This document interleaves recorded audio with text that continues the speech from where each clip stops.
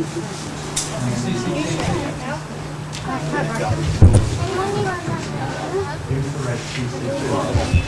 where we go now?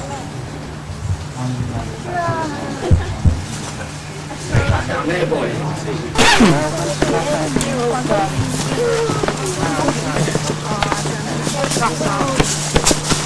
We're on a tour of about 20-25 minutes around the cave system, looking at what there is to be seen. And while we go round, I'll be saying a few things about the cave, a few things about Reigate Castle, and also the castle grounds. Before we set off, I have to give you 3 health and safety type warnings. First of which is, please just mind where you put your feet. It's an uneven surface. You mind if we don't join here? It's getting a bit cold. You're cold. Shall I take the torch off you? Thank you. The problem here is always about 57 Fahrenheit, even if it's rather outside. It would come in the winter, it'd be warm, wouldn't it? Yeah, unfortunately we struggle because it's closed because bats sometimes come here down hibernation, which is why it's closed during winter. So anyway, going back to warnings, it's just, just bear in mind where you put your feet, and you can see there's some steps to go up and down. Nothing too arduous, I assure you, and I'm only really wearing this because I'm too lazy to carry a torch. The second warning relates to the walls here. They are bare sandstone and it's very easily eroded in your hand, so if you run your hand down it will come away. And there's graffiti on it dating back up to 350 years and more, and I'd kind of like to be able to see it at the end of today as much as at the beginning. The third warning, actually in a sense rather already covered, which is to do with the life, the sort of wildlife down here. As I said, bats exist, but I can guarantee you won't find any of them down here today. It's occasional hibernation you might get here. So no bats, but there are the odd dinosaur or two, and they're quite hungry, so you just have to watch out for those. Okay? You think I'm joking? Right, so what we're going to do is start by walking up the stairs to the other end of the system, and at that point we'll say a few words about the castle and hopefully get your eyes a bit dark adjusted where there's quite a glaring light, but we'll hopefully get your eyes a bit dark adjusted and then we'll be able to see what there is to be seen. So let's follow up the stairs. Were they man-made?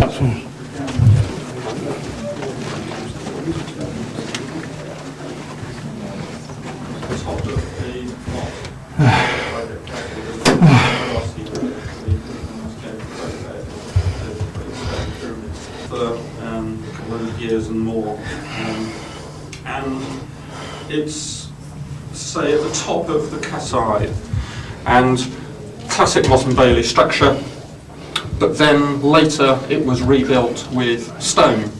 So later it was rebuilt and would have had a full stone curtain wall, it had towers, the area would have been extended as well, and you'd have had a moat around it, and the moat would have been dry on the south and west side, and indeed you'd have walked through it to get here this afternoon. On the north side, if you know the castle grounds where the fish ponds are, that's where the wet moat would have been. There's clay in there that enables the water to be held. And it would have stretched east towards the Reigate Council buildings towards the east. So that would have been the shape of the castle, but of course almost nothing of it remains today. And the stone was just crumbled away over time. The last bits of it disappeared in the sort of mid-1700s. And were used to build partly the pyramid at the top here, or the original version of the pyramid at the top here, and partly to build Barnes's Folly, which is this mock Gothic gateway that you see in the castle ground, built in the late 1770s, out of the last bits of the stone of the castle.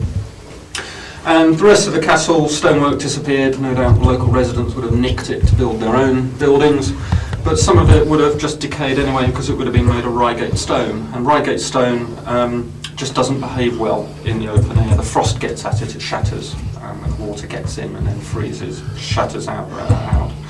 But nevertheless, it's a very important stone historically. It was used to build a lot of the great buildings in central London. Henry II, for instance, was quite keen on it. So you've got records of it being used to build things like Eltham Palace in South East London, the Great Hall there is Reigate stone. There's bits inside Hampton Court Palace and Tower of London and all the rest of it. And indeed, more recently, one of the club members was entertained to go around St Paul's Cathedral to find all the internal stairways up to the Whispering Gallery and all the rest, actually made of Reigate stone, the stairwells. Nice and easy to work, and they're protected by frost, so it stays where it is. So underneath the North Downs, Reigate, Merstham, Godstone, lots of these stone lines to produce this stone. And bits used to build the castle here, but outside crumbled away and there ain't much to see. So that was the castle, and the castle was connected with this Baron's Cave. The passageway you've walked up and down, we believe, is perhaps 12th century, just guessing by the shape of the passage. And quite possibly something like a postern gate for the castle. It leads, after all, from the centre of the castle out to the moat in the direction of the corner of Reigate, which was the main commercial corner of Reigate at the time, right, the area around the Red Cross pub, West Street, that sort of area. Much easier to come down something like this than sort of go north through the Barbican, lift up portcullises, drawbridges and all the rest if you just wanted to have a quick half with your spare groats on that one evening. So that's what the best guess is that this passageway is. So what I'm going to do now, we've got your eyes dark adjusted, we'll go down the steps, turn right into the first side passage, and I'll tell you a little bit about what's to be seen when we get down there. Okay. And there's a cave system there. If you go in this direction towards Red Cross Inn, yes, there's a cave system underneath there, and indeed in the 1860s a row of houses disappeared down it. If we come down here, well, actually the entrance to Baron's Cave is above the Bottle Cave. And then if we carry on further still, we get Baron's Cave, we get Tunnel Road West, which is open today. It's the largest of the sand mines in Reigate. It's Tunnel Road East, a whole series more systems until we end up towards Reigate College. And indeed, there's another system out there, which is accessible only by a 40-foot abseil, so not so easy to get into.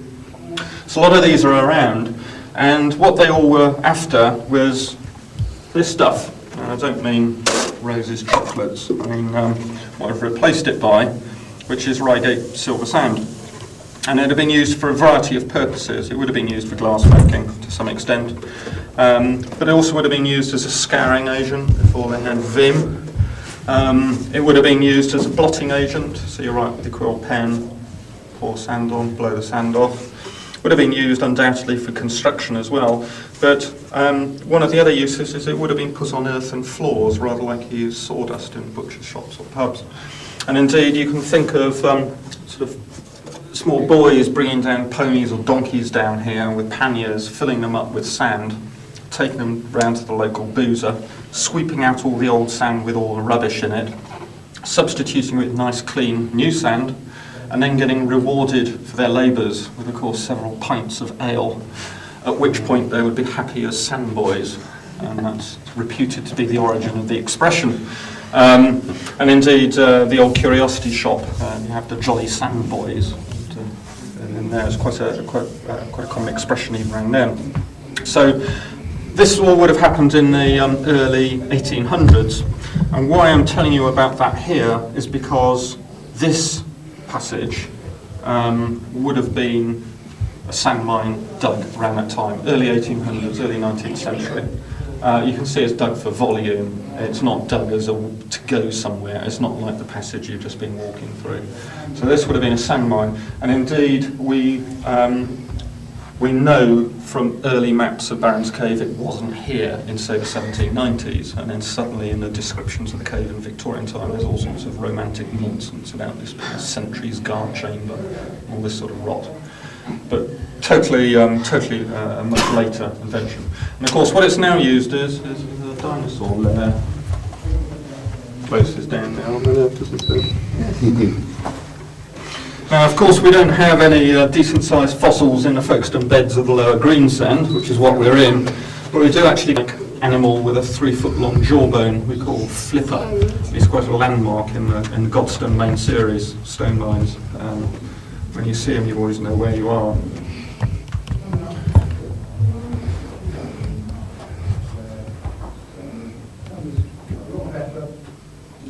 facing walls, much to our pleasure this time around.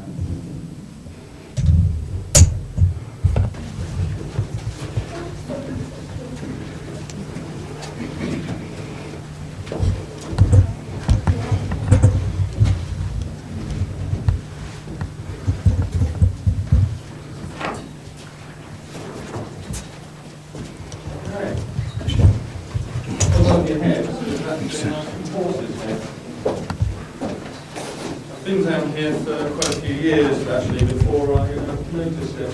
You see his nostril, his ears. But we don't actually know.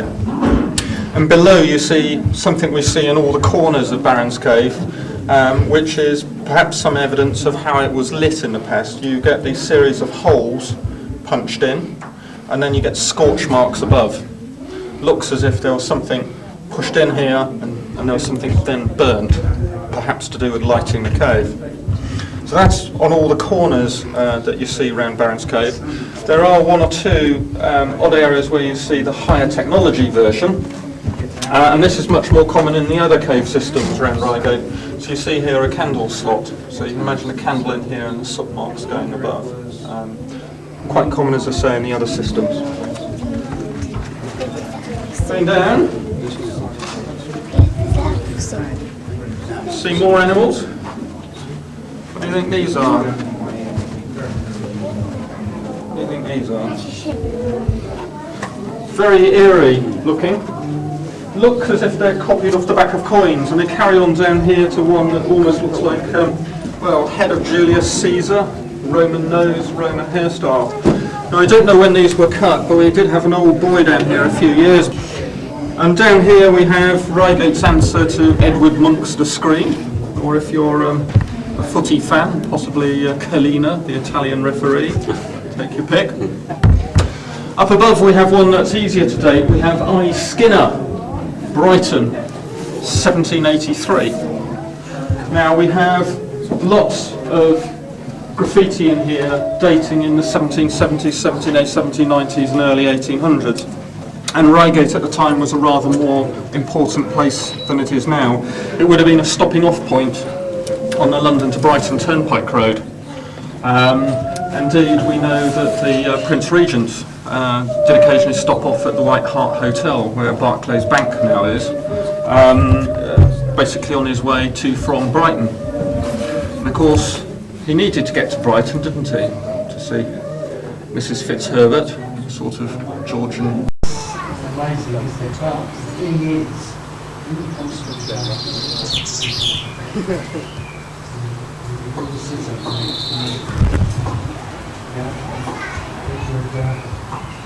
well,